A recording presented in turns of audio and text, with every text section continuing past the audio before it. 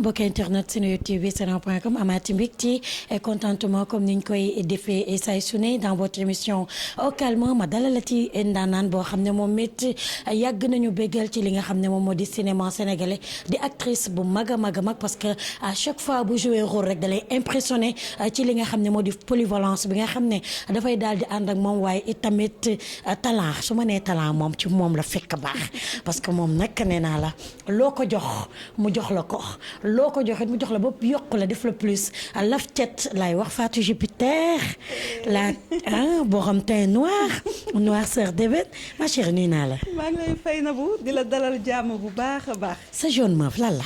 gis nga de made in Sénégal la ñuy dund. mais noo jonge mooy ni. Magui Chanel la. macha allah c'est très joli et c'est très classe ñu ngi nii ñu ngi ci jàmm tey ñu am mbégte ak contentement dalal la suñu plateau. kontaan naa de vraiment kontaan naa.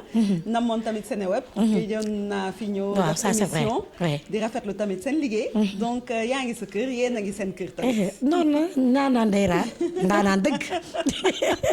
ndaanaan dëgg day raar tey ñu daal di la seet si fas yéene waxtaan ak yow ci li nga xam ne moom la ñëpp xamee di cinéma parce que comme ni ma ko waxee rek li nga joué ci cinéma bari na. série yi nga joué bari na te rôle bu nekk ak moroomam te à chaque fois boo ñëwee da ngay impressionner les Sénégalais kan mooy Fatou Jupiter. Fatou Jupiter mooy sénégalaise boo xamante ne wax dëgg yàlla Sénégal moo ko ñor déjà. Sénégal li may wax à chaque fois man je vis le made in Sénégal je vis le destination Sénégal. tous les jours ci lépp lu ma mën a nekk. et puis cinéma tamit nekk non seulement sama métier. nekk sama passion. À la base je suis technicienne. audiovisuelle. D'accord. Je suis réalisatrice. Productrice. Donc scénariste aussi. parce que histoire Kayza maa ko bind. et donc tey jii nii je pense que maa ngi ci tournant boo xamante ne bokk na ci li ma gën a neex ci sama carrière. mooy dem ba defi presque tous les corps de métier. dellu si waat si base bi muy jouer tout simplement. D'accord est-ce que mën nañu xam ba xam Fatou elle a fait des études ak fan la yem ak formation yi lan ak lan la def. alors jot naa jàng anglais littérature civilisation britannique. D'accord. J'ai une licence en littérature civilisation britannique. à l'université Cheikh Anta Diop. def naa tamit école de cinéma. Floride Média Centre. nga xam ne je suis sortie avec un diplôme de technicienne audiovisuelle. mais aussi en communication sociale. plus particulièrement changement de comportement. jot naa def tamit master en communication d'entreprise. Macha allah. donc tout ce qui tourne autour de cinéma. ak théâtre ak yooyu sama passion la jot naa nekk tamit pensionnaire théâtre national Daniel Sorano. D'accord. def naa fa 1 an. mu nekkoon expérience bu neex tamit. jot naa jouer au théâtre fii Sénégal à l'étranger Brésil France ak yooyu.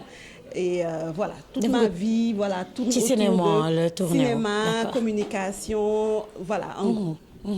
waaw d'accord nee na Fatou Camara c'est bon hein d'accord toute ta vie ci li nga xam ne moom moo di wàllum audiovisuel la tourné wu ak cinéma et consort lan moo la impressionné ba nga dugg ci milieu bi. alors mën naa ne réellement cinéma par hasard laa si dugg. parce que ba may nekk fac université. c'était assez différent de li ngay xam boo nekkee ci école. di jàng. Tout à fait. donc y avait pas mal de temps libre. y avait également beaucoup de choses yoo xam ne daf ma doon xaaw a perturbé sax parfois. sama benn xarit nekkoon atelier universitaire Issa Niang. je pense que foofu la lépp commencé. man D'accord. vraiment je dois tout à cet atelier de théâtre. Ndeysaan. di leen sant bu baax di leen gërëm. vraiment ci formation bi. donc foofu laa nekkoon di jouer théâtre. fa lañ ma waxee tamit ne y avait un concours pour l'école de cinéma. ma préparé ko à l'époque parce que suñu metteur en scène yi ils ont fait la même école de cinéma. et c'est parti comme ça. dañu doon def ay des exercices en fait et comme man dama defoon théâtre ci suñu promotion. donc ça m'arrivait souvent may nekk devant derrière la caméra. peut-être loolu sax moo indi voilà c'est vraiment. moo la passionné ba nga mujj nekk actrice. voilà donc vraiment lépp par hasard. presque par hasard la nekk actrice c'était par hasard. nekk réalisatrice et cetera. par hasard mais je peux dire que sama destin la woon. sa destin la woon nga ñuy dem noonu gis cinéma sénégalais di gën a développé di gën a màgg di gën a am ampleur. nga ñëwaat ci li nga xam ne nag moom moo di série yi ban maison de prod nga njëkk liggéeyal ci série bu mag. alors fii Sénégal série bi ma njëkk a joué mi ngi tudd C'est la vie. C'est la vie, ouais. Voilà, qui était portée par Kéwou Production. Ensuite joué naa tamit ak sama càmmiñ. nekk ñu bokkoon école de cinéma muy Leuz. Leuz Média ñu joué woon lu You Taxi. You Taxi, ouais. à l'époque. jot naa joué tamit série Golden. voilà ak Marodi mu nekkoon sama première expérience ak Marodi. jot naa joué Ghana. benn série bu ñuy wax Yellow Pepper mën nañu ko trouver sur YouTube. jot ñëw nag dellu si waat nii tey ak Keiza. d'accord nga joué woon yooyu yëpp beneen sax dañoo gisoon nga def stand by. raaroon ci écran yi raaroon ci li nga xam ne moom moo di cinéma lu waraloon. alors comme même ni ma la koy wax sànq. cinéma dama si bëri ay casquettes. d'accord dama si bëri ay casquettes. te li ma si neex mooy di ko dundal. donc ci diggante bi jot naa par exemple mettre en place benn festival de cinéma. les Teranga. parce que pour man boo nekkee si dara da nga ko war a dundal. tout à fait donc c'était une façon de participer à l'industrie. tout en à fait mu nekkoon tamit challenge bu important. à côté de ça j'ai une agence de communication événementielle. donc ci loolu laay gën a dund. donc c'était revenir aussi tey di jouer c'était un choix. jël loolu xaaw ko def en pause dellu si waat parce que nag jouer mooy li nga xam ne moo may dundal. moo lay dundal mu ngi noonu jouer moo koy dundal mu daal di ñëwaat ci facette bu bees tàkk anticiper na question bi dès longtemps parce que wax na ne moom moo bind série bi nga xam ne moom mooy Keiza nag bokk ci série Sénégal yoo xam ne mën naa ne jamono ji ñëpp moom la ñuy topp ñëpp moom la ñuy suivre waaye tamit sénégalais yi nee nañ moo gën a neex moo mujjee juddu te moo gën a neex inspiration Keiza. Keiza mën nañu wax ne c'est vraiment ñëpp ñi ma wër. d'accord. amul lenn lu ma ci inventé c'est vraiment tiré de mon vécu du vécu de personnes yu ma xam. bi may commencé sax am na ñenn ñu may tooñ naan leen bu ngeen ma porter plainte amul problème am naa ay avocats. parce que voilà j'ai essayé de joxe tey suñu regard. en tant que femme. femme adulte. ci suñu société bi. moo tax ngay gis par exemple des personnages parfois contradictoires. ñun on représente la modernité maak sama xarit yi. on a une Tadjojo. qui représente les valeurs familiale yi nga xam ne dañ ko gëm ñun ñi di ko gëm di ko dund mais aussi fi ñu toll ci jamono bi parfois war nañ mën a questionner tout à fait choix yi ñu def war nañ mën a questionner yenn place yi nga xam ne dafa mel ni warul bouger et tout en restant nous-mêmes mais voilà Keiza invite vraiment ku ci nekk nga xool ko comme seetu xool ndax la ngay def jagnaam déet bu fekkante ne ànd nag li defu nga continuer ci bu fekkante ne nag comme genre ay Mansour ñu ngi ci doy na waar personnage Mansour wala bu góor wala Badara bu góor wala bu jigéen ku ci nekk daal mën ko xool mën ci jàngat dara mën ci defaruwaat tamit. d'accord nan la inspiré ba nga ne série bi da nga koy bind ba nga commencé bind li nga xam ne moom moo di Keiza. alors j'écris vraiment beaucoup d'histoires mais bii dafa nekkoon benn période parce que depuis plusieurs années maa ngi nekk ambassadrice des Nations Unies spécialisée sur les questions de femmes d'éducation de la jeunesse mu nekkoon plein de questions yoo xam ne j'avais envie de poser ça sur la table mais pas di joxe ay leçons mais juste wane li xew comme miroir comme je te dis amul dara lu ma ci inventé la plupart des prénoms des gens nit yi ni ñu tudd c'est des vraies personnes de mon entourage et moo doon apporter man sama regard sama questionnement naan est-ce que fi ñu jëm ak li ñuy def est-ce que yoon bu baax bi la tey fii la ñu toll est-ce qu'on peut faire d'autres choix est-ce que voilà et puis surtout gën a ñaax jigéen ñi c'est important gën a ñaax jigéen ñi ñu xam seen importance ci société ñu xam seen importance en tant qu'individu ñu xam ne liggéey lu war la ñu xam ne am ay projet structurer sa vie lu normal la et que ku ci nekk boo ci gënee góorgóorlu mën na am yëf yi dina gën a équilibré tout à fait et pourquoi le choix de Marodi bi nga inspiré woo tëju bind sa histoire ba noppi nga choisir dem vers Marodi pour liggéey ak ñoom dama am benn lien bu important ak amitié. d'accord. man personnellement su ma mënee nekk à l'aise c'est parce que je suis avec des amis. tout à fait. La série tourne autour de l'amitié. Marodi particulièrement PDG bi Mass sama xarit la. Ndeysaan. déjà. Donc comme li ñuy wax da ngay jëmbat fi nga wóolu. Tout à fait. voilà donc bëri naa si xarit wax dëgg yàlla bëri naa mbokk bëri naa lépp. waaye dafa nekk tey maison bi nga xam ne moo mën a faciliter nga ne dama bëgg a tourner lii. mu fas yombalal la ko mu yomb voilà. daf ko yombale et puis instant bi ci jamono bi fi ñu toll nii. c'est quand même la plus grande boîte de production tout à fait, qui existe. tout à fait. ñu ngi yóbbu image du Sénégal à un autre niveau. ñëw nag bokk ci lu may neex la. lu lay neex la nga daal di def casting ñëpp apprécier. casting bi déjà nan la demee Marodi ñoo choisir wala yow mi nga xam ne yaa bind li nga xam ne moo di sa série yaa choisir tes propres acteurs. alors am na ci yu yoo xamante ne ba may bind série bi ñoom laa gisoon déjà à la base.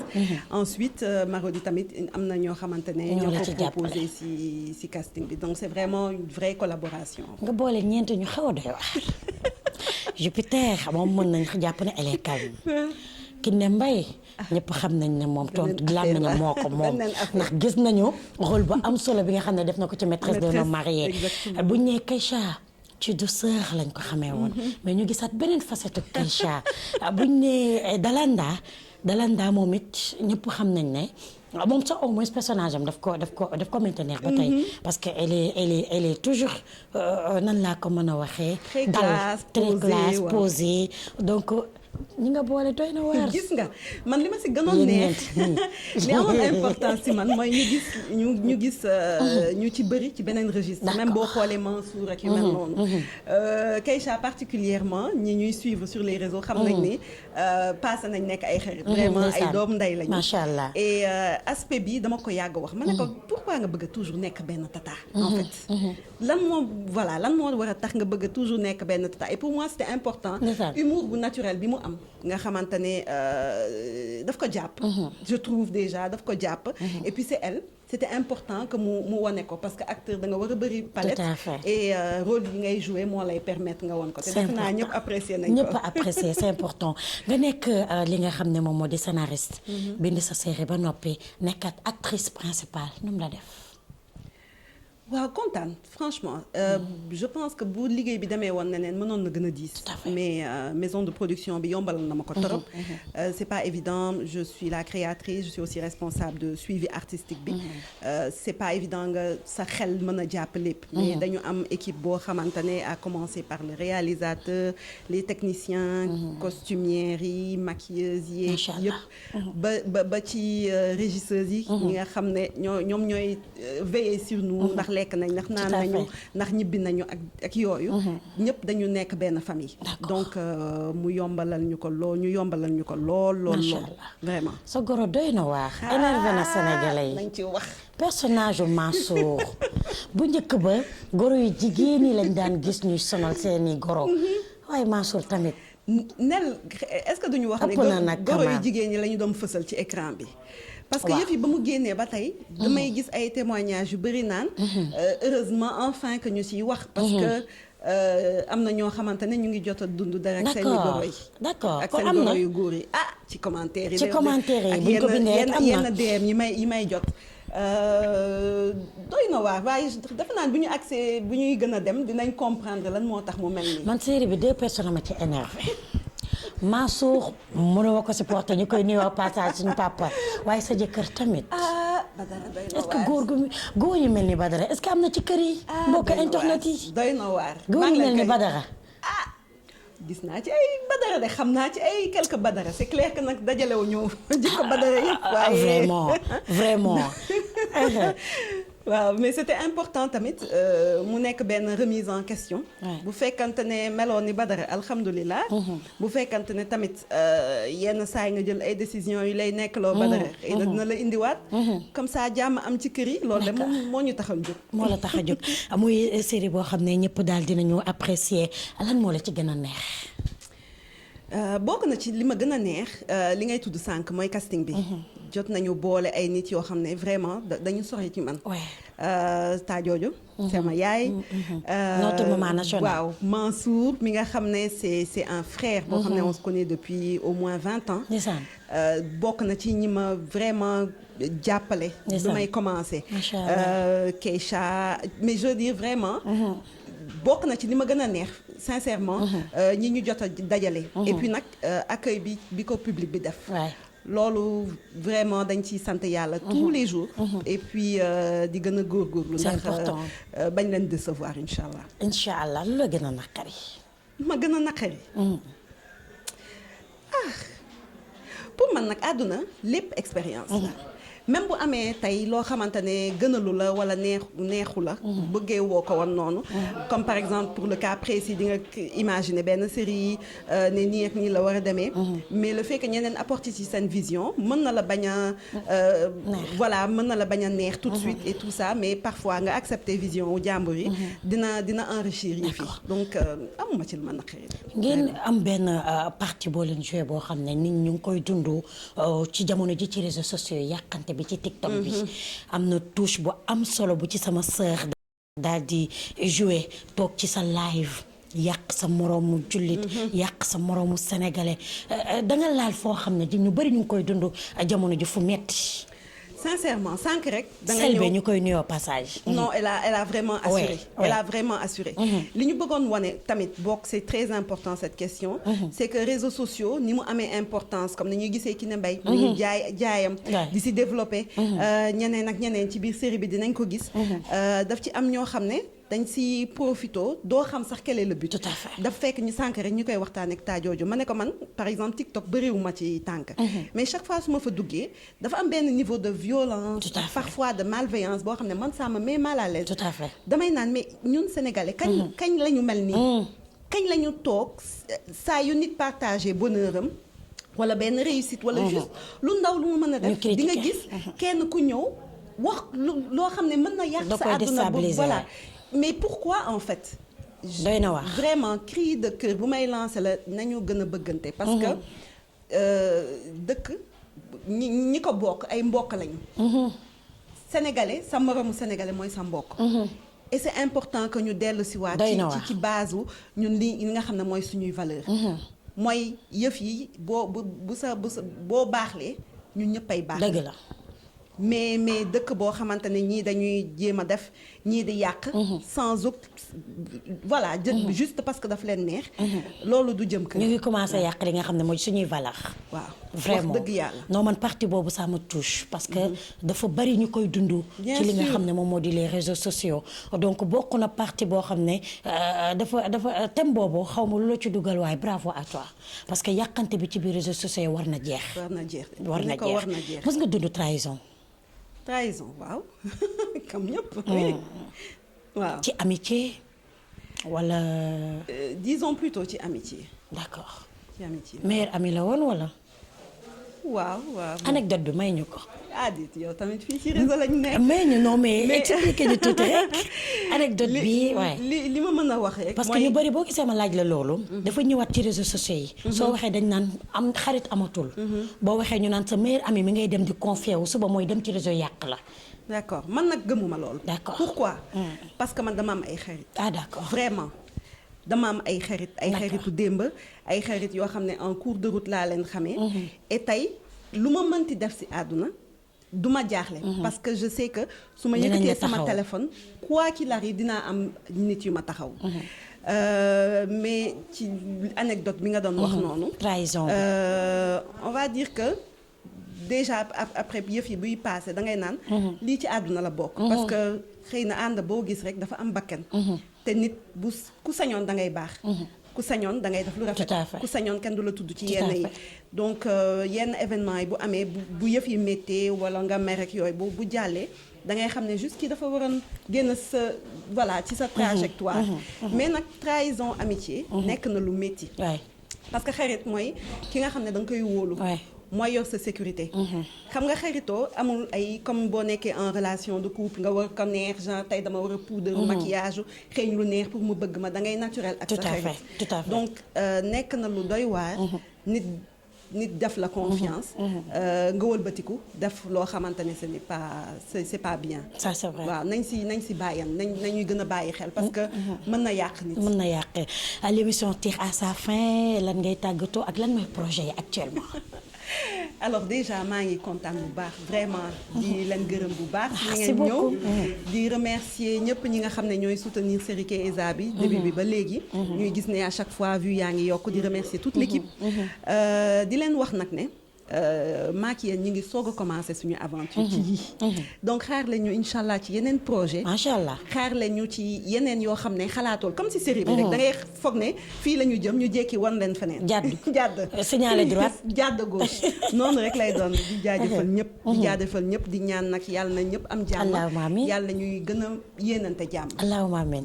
Merci beaucoup. L'émission tire à sa fin. Dina mbégte ak contentement dalal ko ci yaatuwaayam waaye itamit ci baaxaayam ndax mu ngi ñëw accueillir ñu comme pas possible. Mention spéciale à toi. Et mille merci. Et vraiment di leen jox dig daje beneen yoon ak beneen acteur. Merci beaucoup. À la prochaine. Bye. jaajëf